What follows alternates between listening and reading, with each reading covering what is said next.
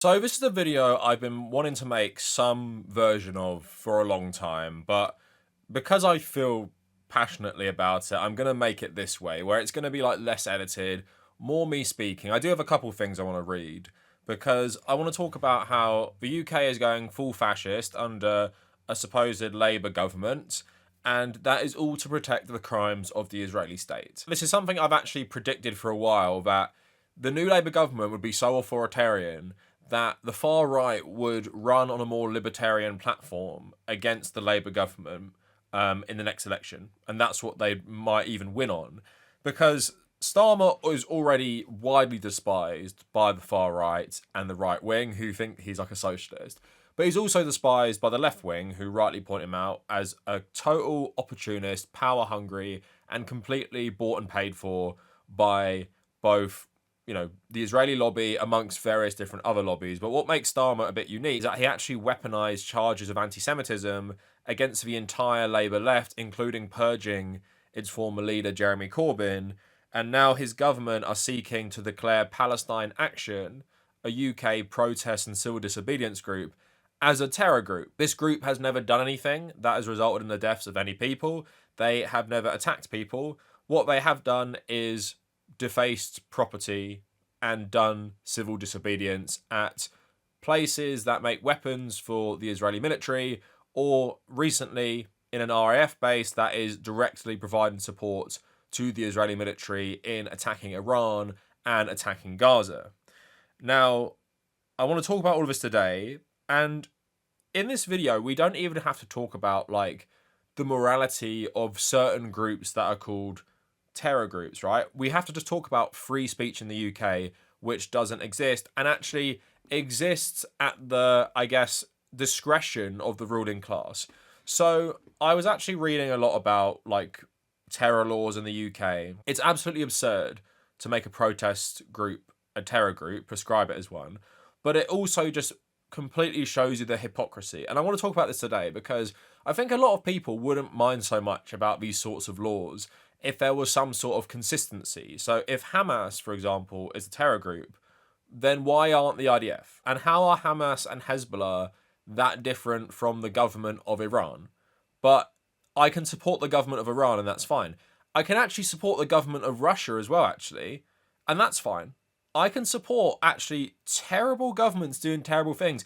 I can go on the street and start praising the Russian government's war in Ukraine, and that's perfectly fine. Now, I'm not saying I want everyone to be just like advocating for killings and stuff like that, but I'm saying it's so clear to everyone there is no moral consistency. And I've been saying this for like the last 6 or so months, or however long it's been.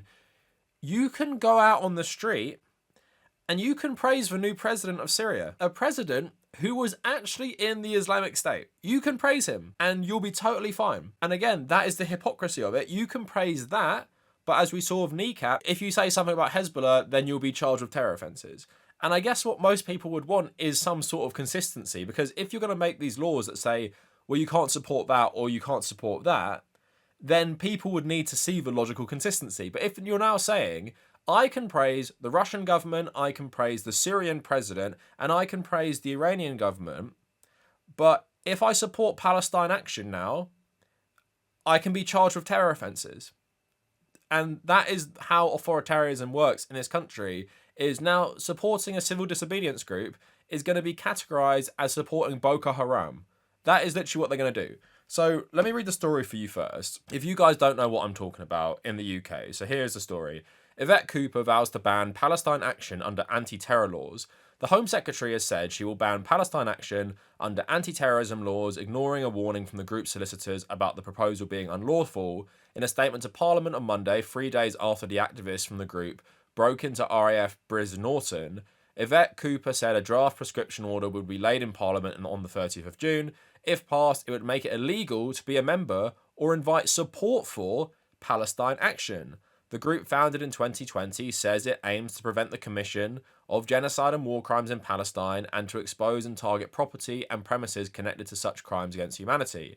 Many of its activists have been acquitted by juries in the past, and a letter from Kelly's solicitors, which represents several Palestine Action activists, sent to Cooper on Monday said the group had gathered a significant level of public support. But in her statement, the Home Secretary said, the disgraceful attack, which they didn't actually even target any military personnel, just property, on Briz Norton in the early hours of the morning on Friday the 20th of June, is the latest in a long history of unacceptable criminal damage committed by Palestine Action. The UK's defence enterprise is vital to the nation's national security, and this government will not tolerate those that put the security at risk. Palestine Action called the proposal ban unhinged and accuses Keir Starmer of rank hypocrisy, giving that he defended protesters who broke into RAF Fairford in 2003 to stop US bombers heading to Iraq. So yes, our Prime Minister has defended people in the past during his time as a human rights lawyer, would you believe it, from doing such thing when it was about the US war in Iraq. So he understands the morality, and we all know Keir Starmer is an absolute hypocrite. We know he knows this is wrong, but that's how bought he is by the Israeli lobby, and that's how much they were key to him even becoming Prime Minister, because he drummed up weaponized anti-Semitism to purge all the leftists who opposed him in the Labour Party, and that's how he has his cushy position at the moment.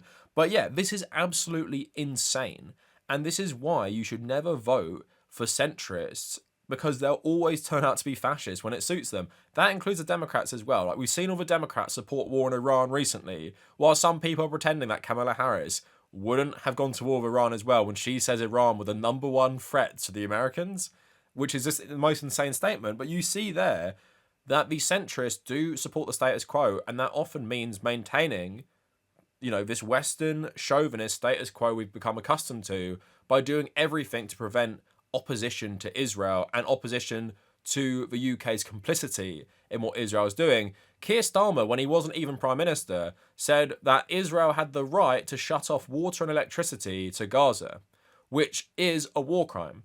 So that's the guy we're dealing with here, right? And then his Home Secretary is saying these people need to be called terrorists. And also, not just them, if you support them, you could be charged with terror offences as well. And why that's insane is a lot of these people and activists, they know they're breaking the law. And if you are someone who loves law and order and shit like that, and you think, while you might understand why they did it, they should face consequences for damaging military infrastructure, well, there's laws for that. And they're going to be charged with the laws that are in place at the moment.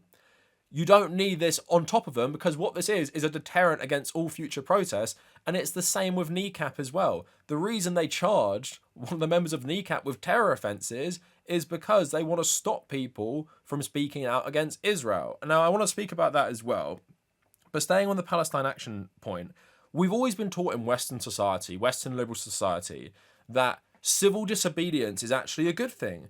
Like, our heroes in school that probably Keir Starmer spoke about glowingly, I bet he has, Nelson Mandela, Martin Luther King, they all did civil disobedience, which was against the law. Against the law at the time, even though the laws were terrible, they were against the law. And they're told they are the heroes of the modern age. They're the heroes of the 20th century. Look at Gandhi as well. Civil disobedience, like the pioneer of modern civil disobedience was Gandhi and the Indian opposition to British colonisation. We're told these people are great.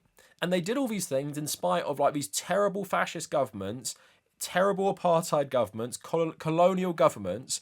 And we look at them back, rightly, as heroes for what they did. So when people are doing it today, we're told by the people who told us these people are heroes that no, actually, you're bad for doing that.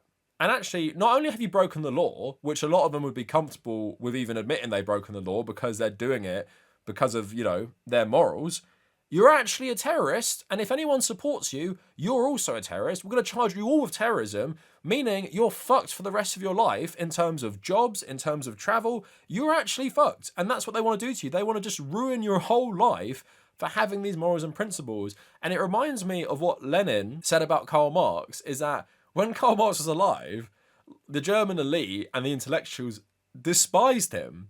But when he died, everyone praised him because they made him into something that he wasn't. And the same thing happens again and again. So you have Nelson Mandela. What would he say about Palestine Action? What would Martin Luther King say about Palestine Action? What would Gandhi say about Palestine Action? What would they say about this group?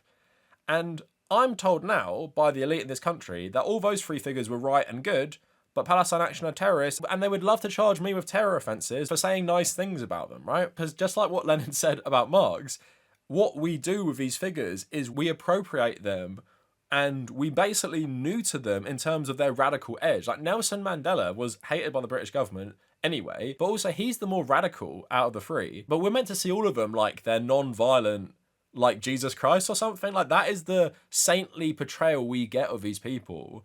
And again, I'm sure if you're American and you're about the same age as me, you were raised on these figures as well. And in the case of Nelson Mandela as well, he was, like many South Africans at the time and today, very pro-Palestinian. So I'm just saying with that to just show you the rank hypocrisy within the Labour government and the Labour Party. And any leftist should not support the Labour Party. And any leftist, if you're still in it, like, stop being a member. Stop paying for this absolute garbage. Keir Starmer is going full fascist and he's going to get worse. And I'm just waiting for Nigel Farage to capitalise on something like this. I don't think he'll do it on this because he supports Israel, but they're going to run on shit like this in 4 years' time, and I think they're going to win, or there'll be some sort of Tory coalition. But because this specifically revolves around Israel, yeah, like, all the political parties support it, apart from maybe the Greens. I haven't even read about the Lib Dems. And Sally Rooney, obviously the author of Normal People, and she's Irish as well, is using her platform, thankfully, to actually talk about this, because even with myself, this is a very controversial thing to talk about in the context of the UK. Like, you might watch this in America and think it's not a big deal to talk about things like terror laws, but it actually is a big deal to talk about them because we have such a fragile definition, and you've seen that or what people have been charged with in the past, and we're trying to make that even more broad to encompass groups that are civil disobedience groups within the UK that don't actually even hurt people. So Sally Rooney writes to The Guardian, Israel kills innocent Palestinians, activists spray paint a plane. Guess which the UK government calls terrorism? She just talks about the story. And then she says, and yet the UK government continue to provide Israel with military intelligence. British companies continue to sell lethal weapons to the Israeli state. In a poll conducted last year, 56% of British voters supported a complete embargo on arms sales to Israel. Across the UK, I would say millions of people have attended demonstrations against the Israeli government, but the Labour government stubbornly persists in its support for Israel's military campaign. Mass peaceful protests, even with the majority support amongst the wider population, has yielded no results in the face of state support. So what are conscious people supposed to do? The activists who broke into the RAF facility at Breeze Norton knew, of course, that their actions were illegal. From the suffragettes to the gay rights movement to anti-apartheid struggle, genuine political resistance has always involved intentional law breaking. As Martin Luther King wrote from the Birmingham jail, one has a moral responsibility to disobey unjust laws, and the provision of weapons to facilitate genocide is more than just unjust, it's an abyss of moral horror. Those brave enough to break the law in protest, many of whom are already serving time in prison for actions, deserve our highest respect.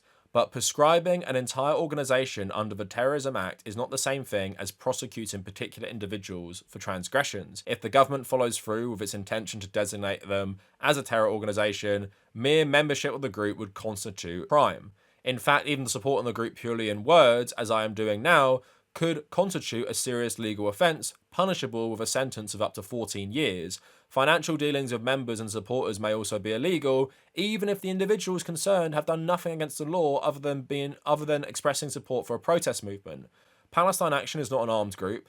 It has never been responsible for any fatalities and does not pose a risk to the public. Its methods involve property sabotage, which is obviously illegal. More than 50,000 innocent children have been killed by Israel. In what circumstances could civil disobedience ever be justified if not now? That is the state we're at in the UK right now, where potentially you could not write an article like that, but I could write an article praising the Syrian president, who actually has been involved in atrocities and continues to be so, and also was a member of a group that attacked the UK multiple times, and now he's the president shaking hands with Macron and Donald Trump, where you could be in this group and be in a cell for 14 years, right? So it's absolutely insane and absurd. And you have to ask yourselves, who the fuck are the people inside the police and the counter-terrorism groups who think this is okay and normal? I don't always want to bring up anti-police arguments, but this shows you why joining the police is inherently bad. You have to enforce these laws, even if they change like this, right?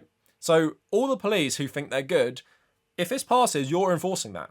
You're going to be arresting people and charging people with terror offences for writing an article like that. And now let's move on to the kneecap thing a bit more. Obviously, their one for a lot of people seems a bit more like clear cut. Like, oh my God, they said something about they praised Hamas and Hezbollah, right? So I want to talk about that a little bit more. Firstly, these guys are all Irish. Northern Ireland is an occupied state, and them being subjected to British laws around this stuff is absolutely insane when the British government is directly responsible for killing so many people in Ireland within recent history, right? So they're being charged with praising another group by a government that is the biggest terrorist to Irish people. So firstly, that's the absurdity of it. But also, let's talk about that a bit more. So one of the members has been charged with terror offences for supporting Hezbollah and Hamas. And again, I want to make the distinction about how these groups being designated this way is all part of a war on free speech. Because again, there is no consistency. If there's consistency, I can understand it at least. There is no consistency. Firstly, we arm Israel, and they do the worst crimes against humanity around the world. So that's one thing. Second of all, most people don't even understand the dynamics of groups like Hamas and Hezbollah. With Hamas, for example, who can make the argument to me that they're that different from the Iranian government? So it's not just an insurgent group. It's not even really like the Viet Cong in Vietnam. It's more like the North Vietnamese government in that it has, of course, this military which fights asymmetrical warfare against the Israelis, but it also runs a government.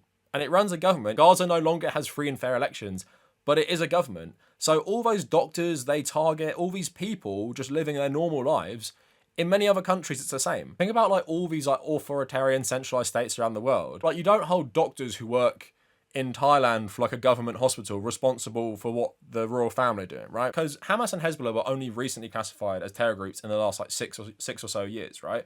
And that's all to help with the Israeli agenda of, oh, everyone inside this area is a target, right? So a doctor is a legitimate target. Someone who works in IT, someone who works as a nurse or a secretary at a government building or something like that, someone who works for a university that's funded by the government, they're all legit targets because this is actually like a terror group. The same with Hezbollah, right? And also, the political parties didn't used to be terror groups. That's only a recent development. Their military wings have been terror groups for a long time by the UK law, but their political elements have only recently been classified as such. The same with Hezbollah, right? Obviously, Hezbollah, as a political party, has politicians who sit in the Lebanese parliament. They have regularly been part of the Lebanese government. In southern Lebanon, they do have control more like a Hamas-style group. But again, it runs more like a government. Now, that's not saying they haven't done atrocities against civilians and they haven't done crimes and stuff like that.